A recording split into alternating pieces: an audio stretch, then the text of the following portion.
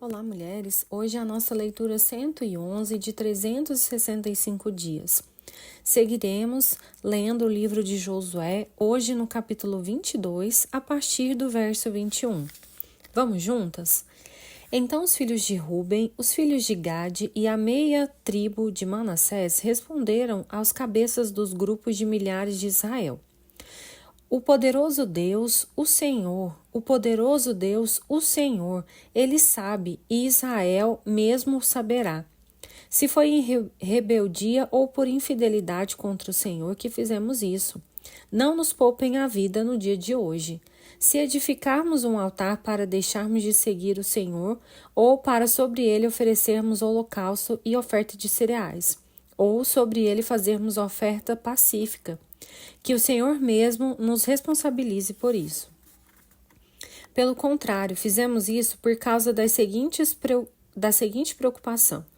Amanhã, talvez os filhos de vocês dirão aos nossos filhos: o que é que vocês têm a ver com o Senhor, o Deus de Israel? Porque o Senhor pôs o Jordão por limite entre nós e vocês. Ó filhos de Ruben e filhos de Gade, vocês não têm nada a ver com o Senhor. E assim, bem poderiam os filhos de vocês afastar os nossos filhos do temor do Senhor.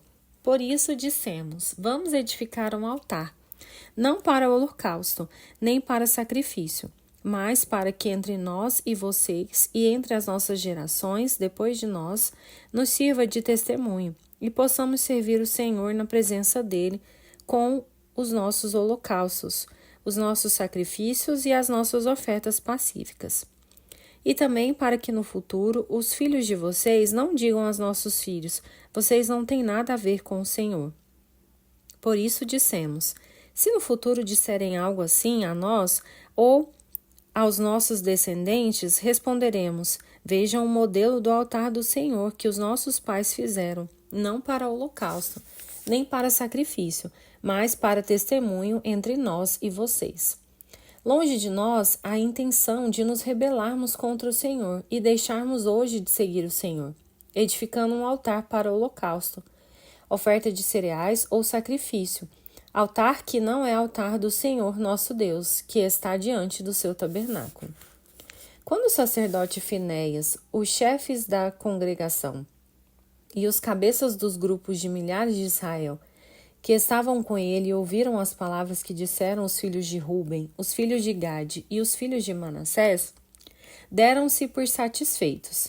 E Finéias, filho do sacerdote Eleazar, disse aos filhos de Ruben, aos filhos de Gade e aos filhos de Manassés: hoje sabemos que o Senhor está no meio de nós, porque vocês não cometeram infidelidade contra o Senhor.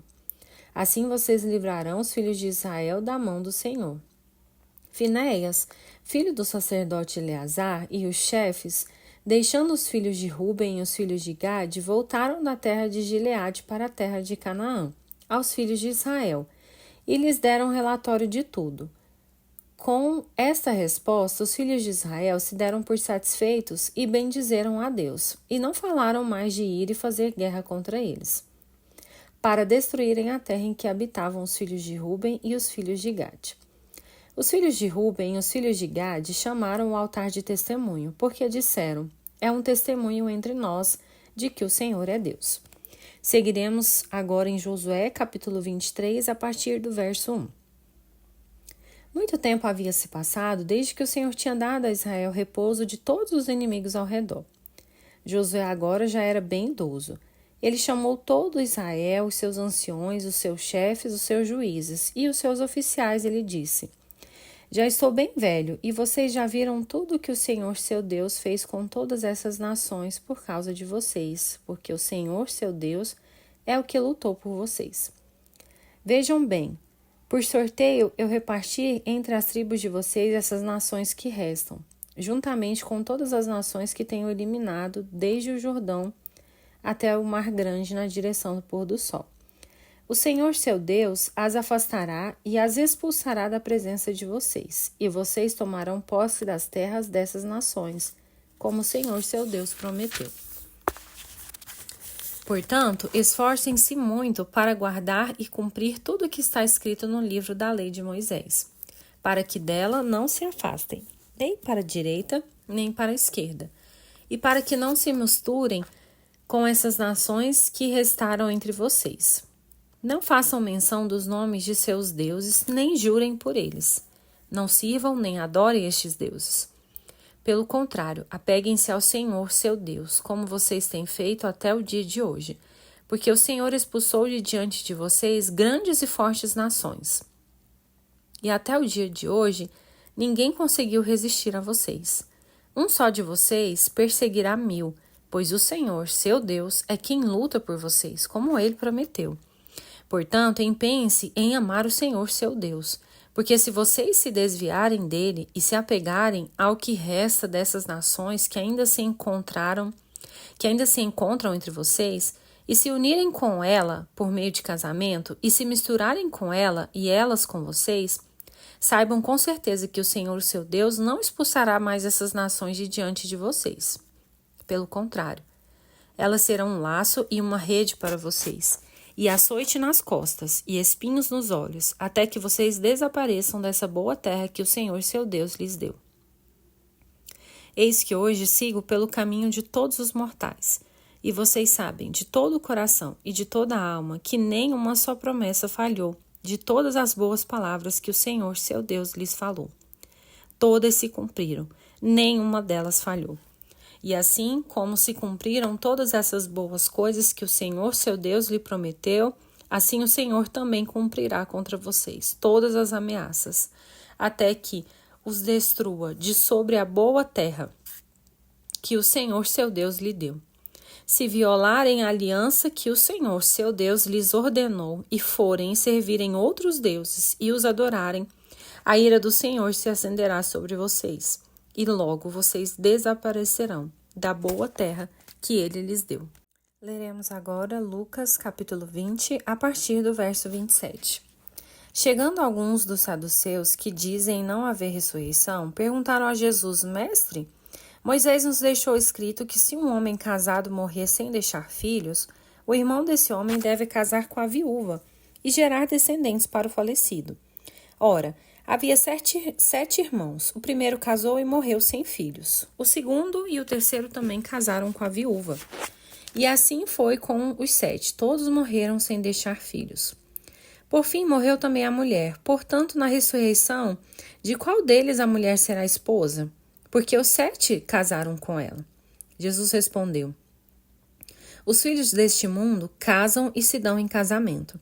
Mas os que são considerados dignos de alcançar a era vindoura e a ressurreição dentre os mortos não casam, nem se dão em casamento, pois não podem mais morrer, porque são iguais aos anjos e são filhos de Deus, sendo filhos da ressurreição, e que os mortos ressuscitam.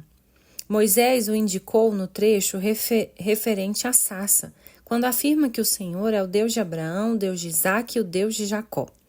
Ora, Deus não é Deus de mortos, e sim de vivos, porque para ele todos vivem. Então alguns dos escribas disseram: Boa resposta, mestre, e não ousaram mais fazer perguntas a Jesus. Mas Jesus lhe perguntou: Como se pode dizer que o Cristo é filho de Davi? Pois o próprio Davi afirma no livro dos Salmos: Disse o Senhor ao meu Senhor: Sente-se à minha direita, até que eu ponha os seus inimigos por estrado dos seus pés. Portanto, Davi o chama de Senhor. Então, como ele pode ser filho de Davi? Quando todo o povo estava ouvindo, Jesus disse aos discípulos: Cuidado com os escribas, que gostam de andar com vestes talares. E muitos apreciam as saudações nas praças, as primeiras cadeiras nas sinagogas e os primeiros lugares nos banquetes. Eles devoram as casas das viúvas e, para o justificar, fazem longas orações. Estes sofrerão juízo muito mais severo. Leremos agora Salmos 89, a partir do verso 14. Justiça e direito são o fundamento do teu trono. Graça e verdade te procedem. Bem-aventurado o povo que conhece os gritos de alegria, que anda, ó Senhor, na tua luz da tua presença. Em teu nome se alegra o dia todo e na justiça se exalta, porque tu és a glória de sua força. No teu favor é exaltado o nosso poder. Pois ao Senhor pertence o nosso escudo, e ao Santo de Israel o nosso rei.